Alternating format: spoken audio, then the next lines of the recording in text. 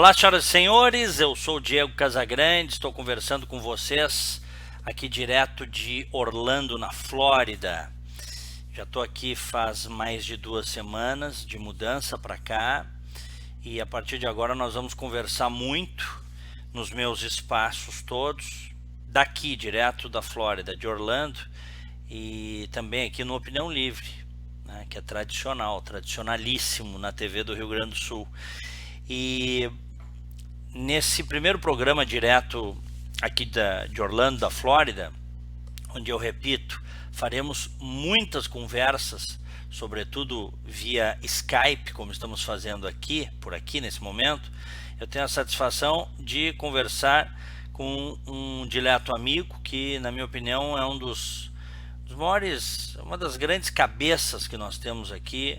Uma grande cabeça, uma visão de mundo, uma visão de Estado, uma visão de Brasil, profundo conhecedor da história, que projeta muito também o futuro, que é um Brasil melhor. Advogado, Dr. José Antônio Rosa. Obrigado por me atender o meu convite, Rosa. Boa noite, Diego. É uma grande satisfação. Fico honrado com as tuas palavras, falando contigo do Brasil, aí para os Estados Unidos, na tua nova morada, nova caminhada, novo desafio. É uma grande satisfação, Diego, poder conversar contigo, conversar com os teus telespectadores e dizer, Diego, que a tua presença, o teu trabalho agora nessa nova missão vai ser muito importante para nós no Brasil, diante dos desafios, das dificuldades que nós teremos que enfrentar nesses próximos anos aí, diante de todas as circunstâncias que nos colocaram nesta crise que é brasileira, né, especificamente brasileira, não tem nada a ver com crise mundial, e hoje nós, infelizmente, nos encontramos não mais numa bolha, né, nós nos encontramos numa espécie de tumba que nós nos colocamos, porque o Brasil, assim, nesses últimos 15 anos, praticamente, assim, destinou o seu processo de comunação, né? E agora nós precisamos encontrar pessoas como tu que possam nos ajudar a pensar, repensar o Brasil, refletir profundamente sobre os nossos problemas, destacar também aquelas questões mais importantes, as nossas qualidades, para que nós possamos efetivamente sair desta situação quase que caótica que nós nos encontramos hoje. Meu amigo José Antônio Rosa, o que acontece com o Brasil? Como é que nós chegamos a esse fundo de poço, né? Uma crise política gravíssima, uma crise econômica gravíssima, um ex-presidente que foi extremamente popular, sabidamente um delinquente, preso. Como é que o Brasil chegou nisso? Olha, Diego, eu tenho sempre afirmado que o Brasil é a soma de todos os seus erros. Se nós formos olhar a nossa história republicana, é uma história de instabilidade política, instabilidade econômica. O que nós fizemos ao longo da nossa república?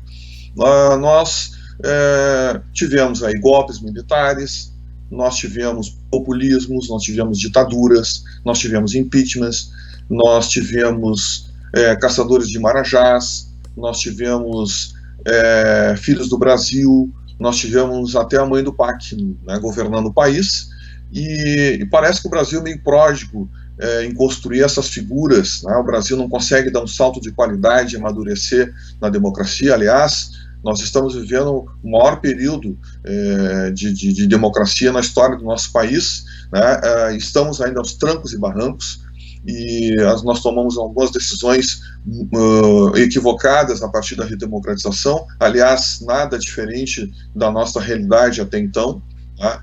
E esse é o nosso trajeto. E em algum momento, Diego, nós temos que romper esse círculo vicioso, nós vamos ter que amadurecer, nós vamos ter que mudar de mentalidade, nós precisamos fazer algo diferente E nada diferente do que outros países fizeram para também romper esse círculo vicioso e iniciar um processo de desenvolvimento, de prosperidade, não só do ponto de vista material, mas do ponto de vista também político, do ponto de vista humano, né, como muitas nações hoje conseguiram chegar ao desenvolvimento, nações essas que inclusive estavam em situação muito pior que a do Brasil, na década de 50, na década de 60, na década de 70, né? Se nós pegarmos, no caso, a China, na década de 70, as pessoas estavam morrendo de fome, né? Na década de 60, a Singapura era apenas uma ilha ali com pescadores, né? E hoje é um país que possui o maior número de milionários do mundo, né? Nós podemos pegar os próprios Estados Unidos, onde tu estás hoje residindo, que tem praticamente o mesmo tempo aí de independência que o Brasil, e hoje os Estados Unidos é a maior potência mundial do ponto de vista econômico, militar, até mesmo político, né? A democracia americana é modelo para o mundo inteiro, tá? E quando se pergunta por que o Brasil não conseguiu chegar nesse status, né? Quando o Brasil também tem a mesma potencialidade. O Brasil tem recursos materiais, recursos humanos fantásticos, recursos minerais, ou seja, o Brasil é uma nação, além de ser de dimensões continentais, é também uma nação que tem uma riqueza muito grande em todos os sentidos, que pode, ou poderia pelo menos ter já dado um outro curso para a sua história, né? Mas infelizmente nós insistimos em cometer os mesmos erros, né? E quando a gente começa a cometer os mesmos erros, Diego, já não é mais cometer erros, é tomar decisões. É uma decisão. Errar essa quantidade de vezes que o Brasil vem errando já começa a se tornar uma decisão. E nós precisamos, em algum momento, mudar esse quadro, mudar essa realidade, né? Agora, quando a gente olha, Diego, para a situação atual, né, para as nossas lideranças políticas, para a nossa elite intelectual, para a nossa elite política, até mesmo a nossa elite empresarial, nós não é possível, Diego, assim, a gente olhar com muita esperança a curto prazo, né? Pelo menos se nós olharmos nesse prisma. Agora, se nós olharmos para a sociedade brasileira, uma sociedade que há alguns anos atrás conseguiu mudar um quadro, conseguiu mudar uma realidade, conseguiu tirar um governo corrupto, incompetente do poder, né, uma presidente inepta, né? Se nós olharmos para essa sociedade ela é, eu diria assim, pungente, essa é uma sociedade, eu diria até virtuosa nesse aspecto, e ela é capaz realmente de mudar esse quadro. Vai depender muito do que o povo brasileiro vai fazer a partir de então, né, dar continuidade a um processo de mudança que já iniciou, né? Então a sociedade brasileira tem essa capacidade, tem condições de fazer a mudança desse processo, mas agora, Diego, nós sinceramente precisamos mudar de mentalidade. E essa mudança de mentalidade, Diego, implica necessariamente em a gente pensar o país a partir das suas próprias instituições. Amadurecer a democracia hoje, Diego, implica necessariamente em nós fazermos as mudanças na estrutura do Estado brasileiro, né? Se nós não fizermos isso, nós não repensarmos o Estado, repensarmos o papel do Estado no Brasil e principalmente a importância, eu diria assim, capital do cidadão, eu acho muito difícil que a gente consiga superar as dificuldades que nós estamos enfrentando e que eu diria assim mais, Diego, que é ímpar. Nós estamos passando pela maior crise da nossa história, tá? E uma crise brasileira. Nós não podemos nem mesmo responsabilizar, nos colocarmos como vítimas de uma crise econômica mundial, como ocorreu em 2008, que já distancia aí há 10 anos, né? Então o Brasil conseguiu passar nessa crise de forma tranquila, né, se a gente pode assim dizer, graças às ações que foram feitas anos antes, né? Lá em 95 nós fizemos uma reforma no sistema bancário brasileiro, no sistema financeiro, que possibilitou o Brasil chegar de forma, enfrentar e sair de forma rígida dessa crise, né? E alguns pilares ainda da estabilidade econômica que o Brasil conseguiu às duras penas, né, depois de passar por uma década perdida, depois de sofrimento enorme da sociedade, né, o Brasil conseguiu dar estabilidade econômica, mas aí o Brasil não fez o seu dever de casa. O Brasil não fez as reformas necessárias para que pudesse, a partir de então, dar um salto de qualidade e começar a solidificar um processo de crescimento e desenvolvimento. O Brasil não fez isso. Aliás, o Brasil fez o de sempre, né? O Brasil continuou sendo o Brasil, né? E a situação recrudesceu ainda mais, Diego, porque aí foi uma imprudência na sociedade brasileira, né? E não dá nem para responsabilizar, como muitas pessoas querem responsabilizar, as pessoas mais pobres, mais desassistidas, pessoas com menos escolaridade. Não, porque é um povo ignorante, né, que colocou no poder um partido cujas ideias, cujos ideais, cuja ideologia foi enterrada lá no Muro de Berlim em 1989, né? Não dá nem para responsabilizar desta forma, dizer que o povo brasileiro não sabe votar, porque o Fernando Henrique foi eleito e reeleito no primeiro turno com base num plano econômico. Então dizer que brasileiro não elege, não vota com base em economia não é verdade, né? Foi uma situação complexa, né? Entender até mesmo na época o plano real, mas o povo brasileiro foi capaz de entender as consequências dele, né? O que aquilo trouxe de mudança para a vida das pessoas, né? E aí, daqui a pouco nós, sem o Bolsa Família, né? Porque o Lula foi eleito sem o Bolsa Família, né? E nem mostra que houve uma mudança no curso da história do país, e esse curso, quem mudou foi a classe média brasileira, foi a intelectualidade brasileira, foi a elite brasileira que mudou esse curso, né? Não foram as pessoas desassistidas, as pessoas mais pobres. Foi a elite brasileira, a classe média brasileira que deu um novo curso para a história do Brasil, e nós cometemos uma grande imprudência. Colocamos no poder um pensamento, um projeto que, como eu disse, foi soterrado lá em 1979 com a queda do Muro de Berlim. Um projeto que nunca deu certo, em lugar nenhum. Nos mais de 40 países em que foi aplicado o socialismo, o comunismo, o que nós mais assistimos foi destruição, fome, morte, miséria, né? Aliás, milhões de pessoas que foram assassinadas por esses regimes. A Venezuela está aí para contar, para não deixar cair no esquecimento que é o comunismo, né? Os jovens de hoje, que nós vivemos a queda do Muro de Berlim, não é, Zé? Nós acompanhamos naqueles anos 70 e 80, quando se falava muito das atrocidades do comunismo, quando a verdade começou verdadeiramente a surgir, né, a partir dos anos 50, 60, e a gente já pegou nos anos 70 e 80, mas as novas gerações podem ver a Venezuela. A Venezuela é um regime comunista, é um proto-regime comunista. Porque aquilo lá pode ficar muito pior. Quem acha que não pode ficar muito pior. Sim, eu diria assim, a desgraça que produz o socialismo, Diego, o comunismo, ela não tem fim, né? Ou seja, o caos não é o limite para eles, né? Eles sempre são capazes de fazer o pior as coisas, né?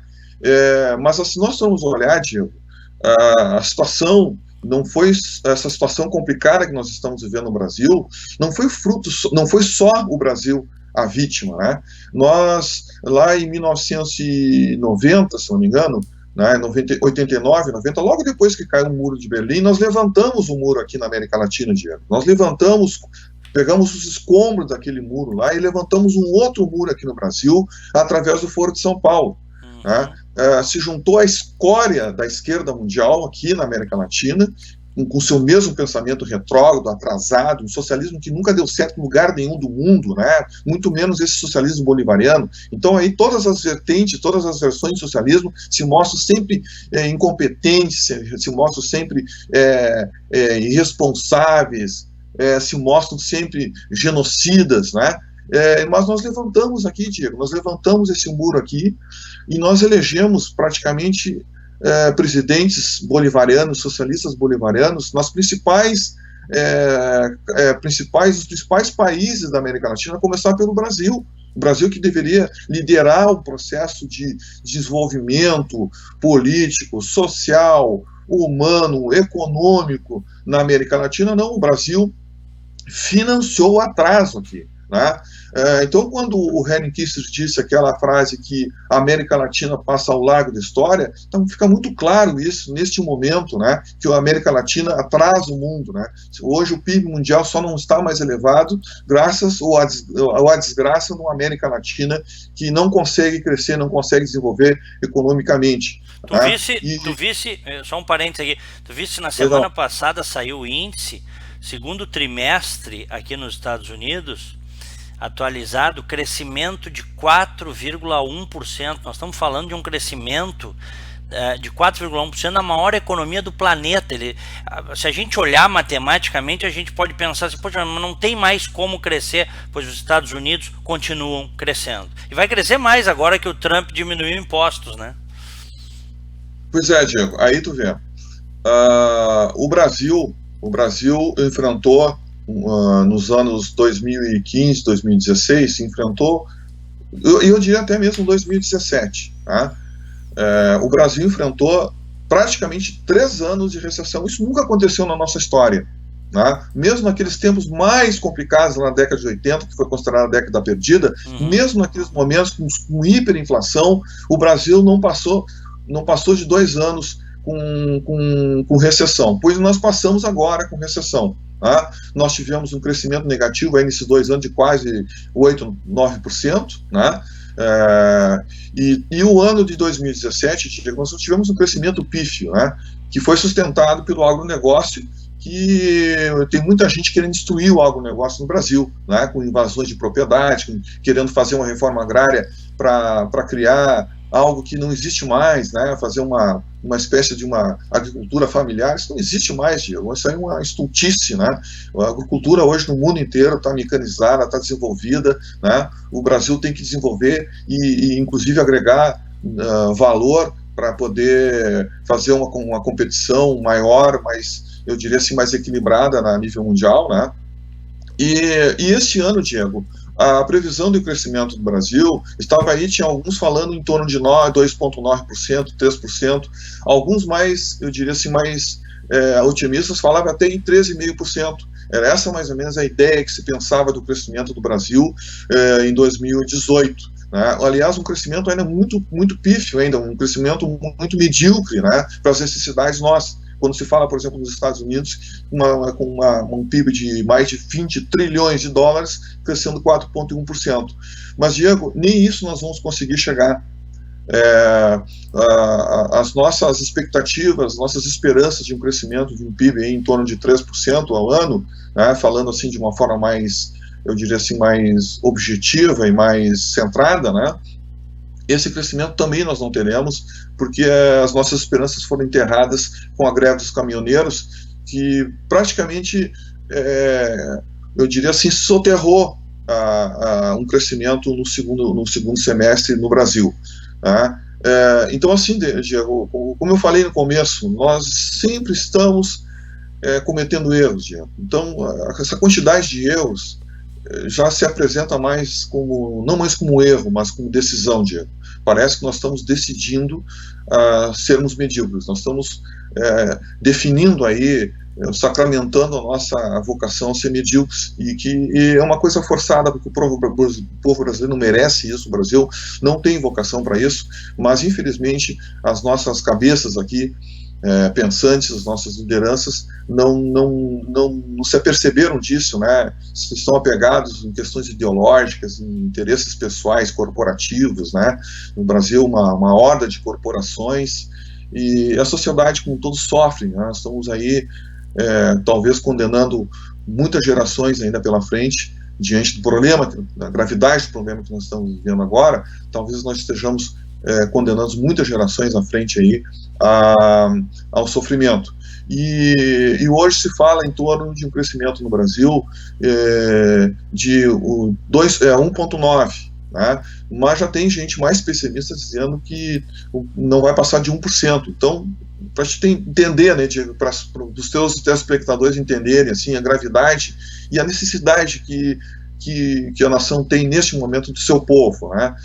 Não dá para a gente confiar mais os destinos da nação na mão de políticos, né, de intelectuais, de uma elite econômica que não olha para as verdadeiras necessidades do país, né, das pessoas. Nós precisamos amadurecer, Diego, nós precisamos amadurecer como nação, precisamos amadurecer como cidadãos, precisamos amadurecer a nossa democracia, precisamos amadurecer politicamente, assumirmos as responsabilidades dos rumos da nação. E para isso nós precisamos fortalecer as nossas instituições, Diego. As nossas instituições são sagradas. As instituições democráticas são fundamentais para uma sociedade democrática. Tem uma obra que é de dois autores norte-americanos, Nassim Nicolau e o outro, não lembro o nome agora. O título é Por que as Nações... faltou o nome agora, Diego. Faltou o nome agora da obra, tá? Por que as nações fracassam? Exatamente. Ele coloca, Diego, dois aspectos que são fundamentais, isso é importante destacar, né? Uma nação, Diego, ela só consegue desenvolver, ela só consegue se fortalecer democraticamente quando duas instituições são, eu diria assim, colocadas em evidência, são favorecidas e são promovidas. São as instituições democráticas, as instituições políticas e as instituições econômicas. No momento que nós, com esse pilar, com esses dois pilares, se nós fortalecermos isso, nós conseguimos realmente dar um impulso, né, e fazer crescer o país. E é exatamente o que acontece nos Estados Unidos, onde tu estás. Os Estados Unidos têm as suas instituições políticas sólidas, tem uma democracia sólida, aliás, é a melhor democracia, né, que tem, já dizia Tocqueville, né, e as instituições econômicas, Diego, não tem uma liberdade com relação às relações negociais, tu tem uma economia aberta, livre, né, ou seja, você deixou para a sociedade aquilo que pertence a ela, o que pertence às pessoas, as decisões na área econômica, né? Ou seja, as relações econômicas, elas têm que ter essa fluidez, têm que ter essa dinamicidade, e elas têm que se ajustarem. No momento que o Estado começa a intervir nesse tipo de relação, Diego, a tendência em determinado momento, se engessar a economia, como acontece no Brasil. O Brasil tem uma economia totalmente engessada. Aliás, a economia brasileira hoje, se nós formos avaliados, grosso modo, 60% na mão do Estado. Então, como é que pode um país desenvolver? Como é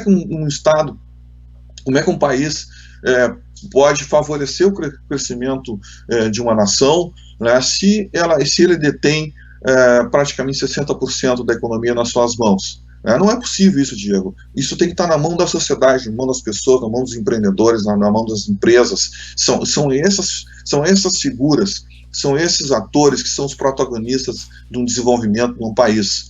Não é o Estado. O Estado, ele é um facilitador das ações. O Estado ele tem que ter um tamanho suficiente para que ele, no mínimo, não atrapalhe as pessoas, que é o que acontece no Brasil. Se o Estado brasileiro, no mínimo, não nos atrapalhasse, nós teríamos dado um outro salto de diferencial no Brasil, né? Mas aqui não, o Estado brasileiro intervém em todas as relações, né? E ao ponto de nós temos leis aí, alguns loucos tentarem aprovar leis até mesmo para controlar o sal na mesa. Então, é esse tipo de coisa que infelizmente aí nós precisamos da sociedade, a sociedade que tem que mudar de mentalidade, dentro de um processo aí de fim de poder, né, de se repensar o Estado. O Estado hoje está em crise no mundo inteiro, né, então há uma necessidade de refletir o Estado como foi concebido desde o século XVI, né, e até a própria democracia está em crise, Diego, até a própria democracia, mas o Brasil tem os seus problemas próprios, né, porque o Brasil ainda não conseguiu evoluir politicamente. Então nós temos problemas ali que são, para alguns, muito antigos. Então nós precisamos olhar essa realidade e fazer, Diego, o nosso dever de casa. Nós não precisamos inventar a roda, Diego. As soluções para resolver alguns problemas do Brasil já foram dadas aí em outras nações, né? Outras nações que pouco tempo atrás estavam em uma situação muito pior que o Brasil, tá? Se nós pegarmos Singapura, que é uma nação hoje desenvolvida, que tem um elevadíssimo IDH, na década de 50, década de 60, não passava de uma ilha lá com pescadores, Hoje é uma nação desenvolvida que possui aí, é o país que possui o maior número de milionários do mundo, não tem desemprego, não tem pobreza, né? Se nós pegarmos a própria China, a China na década de 70 aí passando fome, as pessoas morrendo nas ruas das cidades chinesas, né? Uma China comunista que abriu a sua economia para o capitalismo, mas um verdadeiro capitalismo, não nesse nosso capitalismo, que é um capitalismo de compadrio, né? Que na verdade é um socialismo, Diego. Eu diria, eu diria mais contundente nessa afirmação. O Brasil é um país socialista. O Brasil não é um país capitalista, está muito longe de ser isso, e nós precisamos nos tornar um país capitalista. Aliás, né, para o espanto de muitos, um socialista, né, que era o Mário Covas, afirmou que o Brasil precisava de um choque de capitalismo. Então, nós não precisamos fazer absolutamente nada diferente, nós não vamos inventar roda, nós não vamos inventar uma solução mágica para o Brasil. Nós vamos fazer aquilo que outras nações já fizeram, que é o simples, né, que é controlar gastos, que é entregar para a sociedade aquilo que lhe pertence, que é a economia para que as relações aconteçam, né?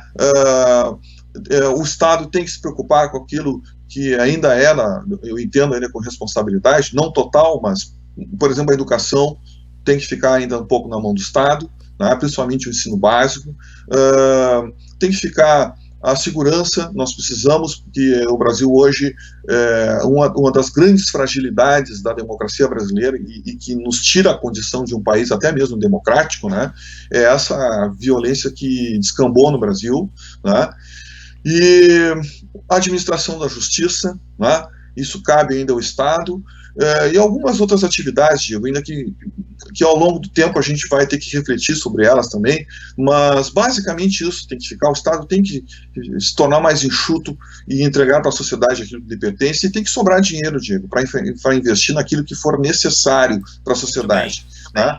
Esse é o problema que nós precisamos refletir, essa situação que nós precisamos refletir para a gente dar um salto de qualidade. Muito bem. José Antônio Rosa, advogado, nos deu uma visão aí panorâmica muito profunda, muito aprofundada. Te agradeço muito aí esses momentos em que a gente pôde refletir sobre o nosso amado Brasil. E, enfim, a situação realmente está complicada, está complexa, mas daqui a 2 meses tem eleição e tomara que as pessoas não façam as piores escolhas de novo, né? De novo, né, Rosa? Tomara. É isso aí. Né? Nós precisamos encontrar uma solução, Diego. As pessoas agora, Diego, mais do que nunca, precisam se envolver com a política. Não precisa ser política partidária. As pessoas têm que buscarem, Diego, buscar o diferente mesmo. E o diferente é eu acertar no seu candidato, não pensar somente em benefícios corporativos, pessoais, olhar para a nação como um todo, porque todo mundo vai pagar essa conta, Diego, mais cedo ou mais tarde. Já estamos pagando, mas por que nós temos que condenar mais gerações a pagar essa conta que nós estamos pagando, né? Nós temos que olhar para aqueles políticos que sempre nos causaram problema. Os políticos ficha suja, não podem ser eleitos novamente. Então agora a sociedade precisa envolver, e a sociedade precisa votar, Diego. Tem gente fazendo campanha aí para não votar, né? Uma visão tosca, uma visão quase que bárbara, né? De não votar. Não, nós temos que votar em massa, mais do que nunca, e votar em candidatos que possam fazer a mudança. Precisamos mudar o Congresso. Eu digo para ti que eu até, em função do sistema que nós temos agora, acho que essa mudança não vai ocorrer na escala que muita gente espera, e que em uma escala que é necessária. Então, assim, nós precisamos votar, e essa mudança, é isso que eu estou falando, pode ser totalmente desfeito, Diego, né? O que eu estou afirmando, essa questão até um pouco cética minha, a partir do momento que a sociedade participe efetivamente do pleito eleitoral de 2018, ativo. Muito bem. Rosa, obrigado mais uma vez. Nós vamos conversar muitas vezes, né? A tecnologia é uma maravilha e nos permite isso. Isso aí. Né? Nos permite isso. Vamos conversar mais, cada vez mais, tá? Sobretudo em função da distância. Acho que a gente tem que conversar mais online aqui, no Canal 20, no Facebook, porque essa nossa conversa realmente serve para abrir muitas cabeças, fazer... Vai ser necessário, principalmente estando aí, olhando para nós aqui, olhando do mundo para o Brasil, porque os Estados Unidos aí é o mundo, né? Tá o mundo aí, a realidade mundial está aí. Olhar do mundo para cá, para que a gente possa, para que nós possamos nos enxergar, Diego. Nós, como eu estou dizendo, nós não conseguimos nos olhar hoje, né? Nós estamos nessa tumba, nós estamos enterrados, Diego. Nós estamos na escuridão. Nós não conseguimos nos enxergar. Então, mais do que nunca, pessoas como tu, com o teu preparo, com a tua qualidade, né, com um bom jornalismo, com um verdadeiro, legítimo jornalismo, tu pode nos ajudar bastante, nos mandar informações, nos prestar esclarecimentos sobre a situação, a realidade que nós estamos inseridos. Tu vai ter um papel fundamental, tu já teve, viu, Diego? Tivesse um papel fundamental, porque tu estivesse sozinho durante mais de 20 anos, lutando contra o obscurantismo político que assombrou e assombra ainda o Brasil e a América Latina, tivesse um prejuízo pessoal, profissional nesse enfrentamento, né? Mas hoje uma grande parcela da sociedade brasileira está enxergando, graças ao teu trabalho, né? E o trabalho de outros abnegados, muito poucos no Brasil, né, que tiveram a coragem de fazer o enfrentamento desta onda vermelha que tomou e assolou a nossa nação. E agora, Diego, tu vai ter um outro papel, tu vai ter uma outra missão, que é, de alguma maneira, nos iluminar, nos colocar uma luz para que a gente possa enxergar um horizonte, Diego, que ainda está encoberto por uma névoa, a névoa da incerteza, a névoa da incompetência, a névoa ainda de grupos que estão tentando realmente se refazer para manter o Brasil ainda atolado nesta crise. Obrigado pelas palavras, José Antônio Rosa. Vamos conversar mais vezes. Um grande abraço. Grande abraço, meu amigo. Felicidade para ti. Igualmente. Este é Opinião Livre. Continue ligado.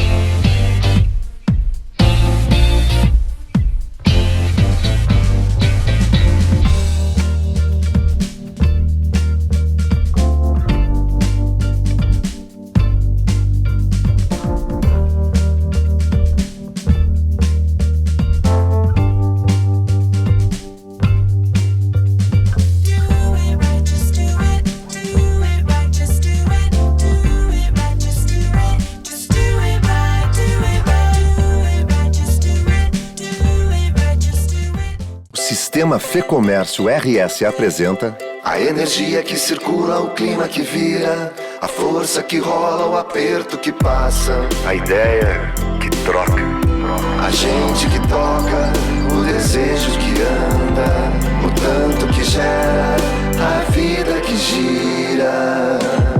Sistema Fê Comércio RS. Com você, a gente faz a economia girar.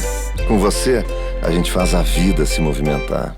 A sua empresa tem entre 2 e 29 pessoas? Contrate um plano Unimed Porto Alegre. Conte com carência zero para consultas e exames simples, além de 10% de desconto nos 6 primeiros meses. Aproveite e proteja o que é mais importante no seu negócio. Ligue 0800 510 4646 ou acesse www.unimedpoa.com.br/PME. Unimed, cuidar de você. Esse é o plano. Ser gaúcho é preservar as tradições, é valorizar a educação e acreditar que um futuro melhor nasce nas páginas de um livro. É nossa tradição trabalhar duro, temos orgulho do suor que escorre do rosto. Ele reconforta a alma e sedimenta uma vida digna. É nossa tradição valorizar o passado para desenvolver o futuro. CMPC Celulose Rio Grandense. Desenvolvimento é a nossa tradição.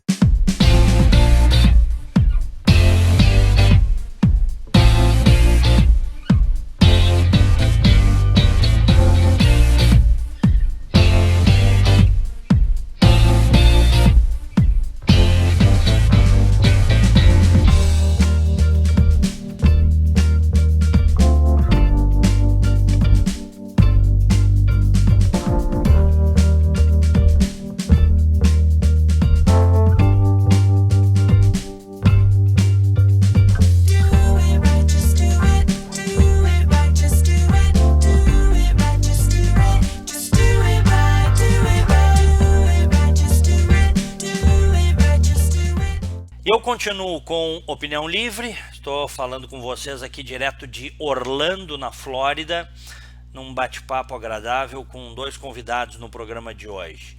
Quem vai conversar comigo agora é uma pessoa que eu admiro muito também, um querido amigo, professor, doutor Luiz Marcelo Berger, que é bacharel em Direito, é doutor em Administração, fez o seu curso em Berkeley, na Califórnia. Professor Berger, obrigado por me atender. Sempre um prazer, Diego, é uma honra e um privilégio estar aqui contigo. Bom, o que está acontecendo com o nosso Brasil? Como é que chegamos no ponto em que chegamos de total descrédito de quase tudo, professor Berger? Por onde que a gente começa, né, Diego? Puxa vida, né? Eu acho que vamos começar com um exemplo, né? Hoje à tarde, se eu não me engano, foi hoje à tarde isso, né? Eu acho que os ouvintes já devem estar sabendo disso, né? Foi feito pela primeira vez no Brasil a cerimônia de premiação da medalha Fields de matemática, que é o chamado Prêmio Nobel da matemática no mundo inteiro, né? Até bem mais importante que o Prêmio Nobel, né? Uhum. E o premiado foi um iraniano, né? Um iraniano veio para o Brasil porque a cerimônia foi feita no Rio de Janeiro. E adivinha o que aconteceu? Ele foi furtado logo depois de receber a medalha dentro do local, supostamente dentro do local lá da cerimônia de entrega da medalha Fields, né? A medalha mais importante do mundo na área da matemática, né? Claro. No ano passado, se eu não me engano, acho que foi o brasileiro ganhou, né? O Ávila. É uma premiação absolutamente estupenda, né? Mas isso demonstra, digamos assim, o grau de indigência institucional que o país chegou, né? E, bom, para a gente tentar dar algum tipo de diagnóstico, né, Diego, que, enfim, já é uma coisa que é cansativa, porque, de fato, a gente acompanha isso todos os dias na mídia, com vários analistas, vários convidados, especialistas, né? Ou seja, diagnóstico é o que menos, é o que mais tem à disposição aí, né? Mas uma das coisas que eu tenho estudado muito, né, Diego, e aos prezados ouvintes aí que estão conosco, né, é que existe uma característica comum em todas as sociedades que tendem a fracassar institucionalmente, né, que é a questão da liberdade econômica, né? Então, quando você começa a transformar o chamado Estado de Direito num Estado regulador e opressivo, como é o caso brasileiro, né, não tem muita alternativa, né? A tendência sempre digamos assim, o empobrecimento, a perda de qualidade de vida, né, o fechamento de empresas, de qualidade de empregos e assim por diante. Então, na verdade, a gente já fez o diagnóstico, né, Diego? Então, para alterar esse estado de coisas, vai ser necessário muita força, né? Força no sentido de que vai ter que ser feita uma alteração profunda no Congresso Nacional, independentemente de quem seja o próximo presidente, é bom que se diga isso, né? E nesse sentido a gente não pode, digamos assim, ser muito, eu não diria otimista, que não é o termo correto, né? Mas não se pode esperar muita coisa do que vai vir pela frente aí no próximo Congresso, né? Em termos assim de mudança da legislação que facilite a vida dos brasileiros, né? Ou seja, se você for comparar todos os índices hoje econômicos, sociais, o Brasil entrou numa espiral descendente que nunca teve na história, né? Enfim, então o diagnóstico está feito, né? Só que para vencer essa agenda não vai ser fácil, e eu sou bastante cético nesse sentido. Eu até digo para pessoas próximas, né, com quem a gente conversa normalmente, né, Diego, que se não piorar do jeito que está, já é uma grande vitória. Claro. Bom, eu não sei, viu, professor Berger, eu tenho conversado muito aqui com brasileiros, né? Sim. Nessas pouco mais de 2 semanas que eu estou aqui, a gente encontra muito brasileiro, né? É a segunda grande onda de brasileiros deixando o país desde os anos 80. Primeiro foi nos anos 80, mas especificamente enfim, de todo o Brasil, mas de Governador Valadares, onde você tinha quase toda a cidade migrando, né? Todas as famílias tinham alguém que migrava para os Estados Unidos, e pessoas que de baixa, vamos dizer assim, qualificação econômica, né? O sujeito, o que não tem, não quer dizer que sejam pessoas menos importantes, absolutamente, mas na escala do trabalho e da economia, pessoas que vinham para fazer serviços braçais, manuais, de maneira geral, né? Que o americano paga bem, por sinal, porque precisa de pessoas, mas se ele pode pagar bem isso, é porque ele ganha muito mais com outros serviços, né? Agora não, agora a gente está vendo aí, eu conheci várias pessoas aqui, porque já estou residindo aqui em Orlando, na Flórida, e a gente encontra pessoas com doutorado aqui, doutores estão vindo, mestres estão vindo, empresários, pessoas bem-sucedidas estão vindo. Qual é o limite disso? Onde é que vai parar isso, professor Berg? É difícil estimar isso, Diego, porque a gente tem que levar em consideração, aí de novo isso remete para a primeira questão que a gente estava debatendo, né? Essas pessoas que estão emigrando, indo embora do Brasil, e têm excelente formação, onde que elas se colocam? Elas se colocam numa coisa chamada mercado, né? E é importante que as pessoas que estão nos ouvindo, elas percebam o seguinte, né? Todas as economias centralizadas, todas as economias que interferem no mercado, elas sempre têm o mesmo resultado e as mesmas consequências. O Brasil não vai ser diferente, né? Então, por que essas pessoas estão saindo do Brasil? Então, é preciso entender a lógica de perda desses cérebros, né, dessas competências, por uma coisa muito simples, né? Em economia, você tem que saber fazer a diferença entre valor e preço, né?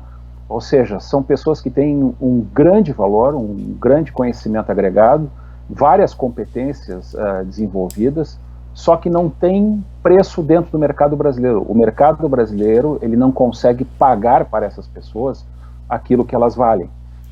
Então, a economia, ela começa a perder a sua complexidade, e essas pessoas que, não tendo onde trabalhar, elas só têm uma opção, ou fazer um concurso público, né, e infelizmente não existe concurso público para todo mundo no Brasil, ou ir embora, né? Então, essa é a diferença fundamental dessas outras migrações. E o detalhe importante, que isso tem que ser enfatizado, né, Diego, é que esse tipo de mão de obra, esse tipo de competência, leva anos para ser formado, em termos de experiência, em termos de formação, em termos de estudo. Ou seja, você tem aí provavelmente uns 15 a 20 anos, pelo menos, de experiência acumulada que está sendo literalmente perdido, né? Toda semana sai alguma notícia sobre os recordes que estão sendo batidos na Receita Federal, de pessoas que estão pedindo a entrega definitiva, né, das suas declarações de renda, né, com vistas à transferência definitiva para outros países, né? E essas pessoas que estão saindo são pessoas que são insubstituíveis nesse momento. Então, e esse ou seja, o cenário não é nada promissor, né? Não tem como recuperar isso no curto prazo, e muito menos no médio prazo. E aliado a isso, como se isto não bastasse, nós temos um outro efeito, que é a chamada degradação do ensino brasileiro, né? Hoje as universidades, a formação técnica das pessoas no Brasil, ela, por qualquer certame de comparação que você faça em termos internacionais, ela é simplesmente catastrófica, né? Ou seja, nós estamos perdendo competências até mesmo na área do ensino de maneira acelerada. Então, é aquela velha história. Eu nunca me esqueço, Diego, que muitos anos atrás, quando eu comecei meus estudos na escola de pós-graduação, aqui da Universidade Federal do Rio Grande do Sul, eu fui com um discurso meio retórico, discuti com o meu orientador, né, meu querido professor João Luiz Becker, né? E depois de quase 30, 40 minutos de sustentação oral, que é tipicamente o que um advogado, na época, né, um advogado faria, né? O professor Becker chegou para mim e fez uma pergunta que para mim, eu nunca me esqueci dessa pergunta, e ela permeia muito todas as coisas que eu faço, né, até hoje. Ele perguntou simplesmente o seguinte: Tá, Marcelo, agora que tu já falou, prova tudo o que tu estás falando. Ou seja, me mostra os números. Show me the numbers, como ele gostava de dizer, né? E aí começa o problema, né, Diego? Porque quando você vai para os números, a situação é bastante problemática, né? E não tem perspectiva de reversão disso no curto prazo, por uma razão muito simples, né? Os agentes econômicos hoje, eles não sabem qual é o cenário que o país vai enfrentar daqui a 3 meses, não sabem quem é o presidente, qual é a orientação política dele.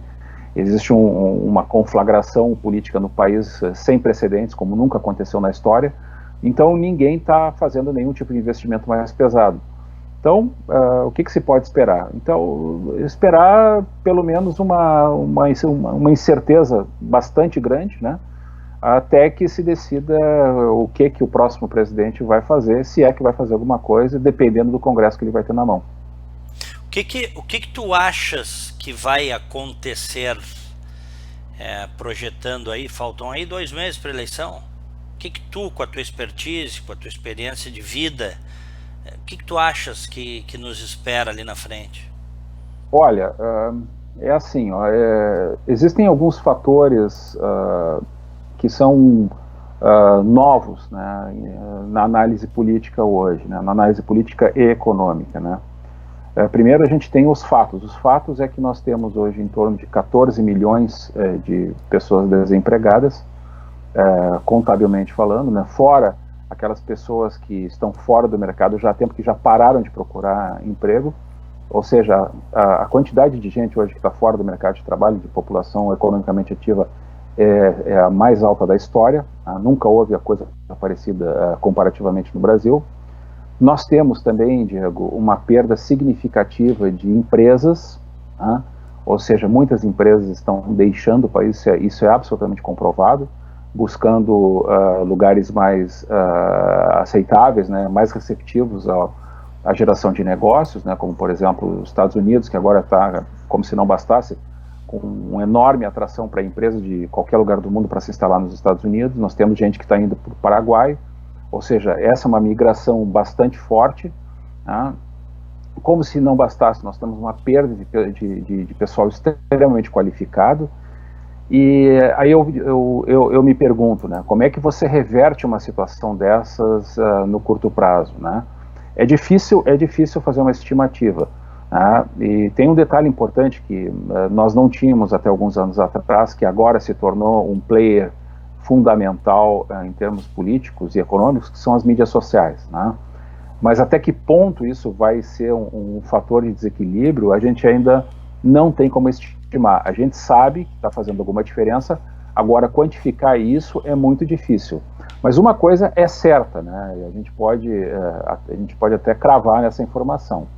Se por acaso algum outro candidato, né, do campo da esquerda, né, estatista, né, que venha fazer algum tipo de política econômica semelhante a que foi realizada no Brasil nos últimos 14 anos, especialmente, né, o Brasil seguramente vai entrar numa espiral de decadência onde ninguém sabe onde é que pode parar. Porque o que está ocorrendo, Diego, é que as dívidas estão se acumulando. É bom que as pessoas percebam que os entes federativos hoje estão literalmente quebrados, né? E a solução para resolver a quebradeira dos estados ela é muito complicada, é muito difícil. Ou seja, municípios, estados e União estão quebrados, né? Você não tem mais como extorquir dinheiro dos agentes econômicos, as empresas não têm mais condição financeira para arcar com a carga tributária brasileira. Ou seja, se não houver uma mudança drástica no modelo econômico, né, e mudança drástica significa uma redução brutal do tamanho do Estado, e aí que vem o problema, né, Diego? Fazer uma redução do tamanho do Estado exige poder político, né? Poder político para enfrentar as corporações, poder político para você passar legislação extremamente contrária aos interesses de grupos de interesse, especialmente funcionários públicos, né? Se isso não for feito, nós vamos ter um cenário absolutamente imprevisível, muito semelhante ao que aconteceu na Grécia, na Europa, há alguns anos atrás, com a diferença de que a Grécia tinha a União Europeia para segurar as pontas. Nós não temos isso, né?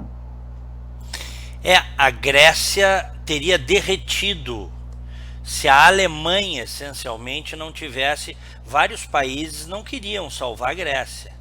Perfeitamente. A Alemanha, a Angela Merkel, bateu na mesa e salvou a Grécia. O país teria derretido, estou muito bem lembrado por ti. Porque houve uma desvalorização da moeda, fuga de capitais, as pessoas foram no banco e não conseguiam tirar R$1, vamos supor que fosse real, né? Antes era o dracma, né, na Grécia, e depois veio o euro, e as pessoas, enfim, o país foi salvo pela União Europeia. Quem nos salvará se isto que tu estás projetando, né, de fato ocorrer? Quem nos salvará?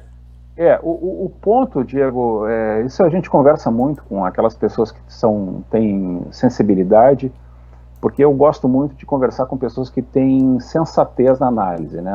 Essa coisa de você fazer prognósticos assim catastróficos, de quebradeira, guerra civil, isso não é um cenário provável no Brasil, tá? Vamos deixar isso claro, tá? O Brasil é muito grande, realmente é muito grande, você tem diferenças de preços e de desenvolvimento de uma maneira assim extraordinária. É um país continental, né? E, portanto, esse tipo de situação, digamos assim, que alguns catastrofistas dizem de uma certa forma para tentar pautar as pessoas, isso é uma coisa muito pouco provável. O que vai acontecer, o que já está acontecendo, na verdade, né, Diego, é aquilo que a gente observa na rua, aquilo que a gente observa na geração de negócios, né, nas atividades econômicas, ou seja, está havendo uma notável degradação do ambiente de negócios no Brasil, como nunca houve na história, né? Então, o que isso se reflete em termos numéricos? Empobrecimento, tá? O Brasil está empobrecendo, tá? Pior do que isso, nós estamos já perdendo aquilo que seria o grande bônus, né, do país, que é o chamado bônus demográfico, né? Quando você tem dentro da pirâmide demográfica brasileira uma quantidade de jovens, né, pessoas em idade para trabalhar, que podem contribuir muito mais antes que a população envelheça. Nós já perdemos praticamente perdemos a totalidade do bônus demográfico, né?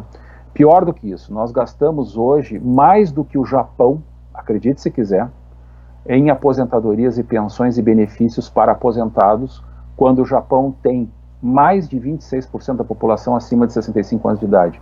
O Brasil não tem nem 5% da sua população acima de 65 anos de idade. É uma loucura. Não, isso é uma catástrofe, né? Sustentada com o dinheiro público. Não é minimamente razoável você esperar que uma pessoa se aposente com 50 e poucos anos de idade e fique viva durante mais de 30 anos, recebendo o mesmo valor que recebia quando nativa, recebendo como uma pensão do Estado. Isso é uma coisa que uma matemática extremamente simples já não fecha, e isso não tem como dar certo, né? E como se isso não bastasse, Diego, esse foi um dado que foi revelado agora não faz muito tempo, né? De 2011 até agora, o Brasil fechou, com dados oficiais do IBGE, aproximadamente 340 mil empresas, ok? 340 mil empresas. Nós temos em torno de 5 milhões de CNPJs registrados no Brasil, ok? Se você considerar 340 mil empresas que foram fechadas, oficialmente fechadas, e somar aquele número que nós não conhecemos, mas que ele é o chamado fechamento branco que se conhece no mercado, né? A empresa simplesmente deixa de operar, mas o CNPJ continua lá dentro da Receita Federal, né? Você pode dobrar esse número com muita facilidade. Então a gente está falando aí de aproximadamente 500 mil de empresas de CNPJs que simplesmente desapareceram nos últimos 8 anos do Brasil, né? Não tem país que resista a isso durante muito tempo, né? É só a gente andar pela cidade, andar pelas zonas industriais do estado do Rio Grande do Sul, que está sofrendo barbaramente com isso. E como se não bastasse, apenas como referência, né, o Rio Grande do Sul, que é o nosso caso aqui, gasta aproximadamente 55,4% de toda a sua receita com aposentados e pensionistas, com inativos, né? Não tem como dar certo, né, Diego? Isso aí. Bom, as pessoas têm que se dar conta que em algum momento vai faltar dinheiro, né? Vai faltar dinheiro. Isso é certo, né? Isso não é uma questão de se, simplesmente uma questão de quando, né? Claro. Professor, doutor Luiz Marcelo Berger, vamos conversar mais vezes, hein? Gostei muito. A partir de agora, direto aqui de Orlando, na Flórida, nós vamos fazer muitas conversas virtuais aí para o nosso público. Obrigado, viu, mais uma vez. Eu que agradeço, Diego, é sempre um prazer, uma honra e um privilégio estar contigo, teus ouvintes. Muito obrigado. Uma boa noite para todos. Valeu. Este Opinião Livre de hoje, agradecendo a todos pelo prestígio, agradecendo pela audiência e dizendo que eu vou estar sempre aqui com vocês, direto de Orlando, na Flórida, conversando com pessoas aí no Brasil e com pessoas aqui nos Estados Unidos. Grande abraço, fiquem com Deus. Tchau.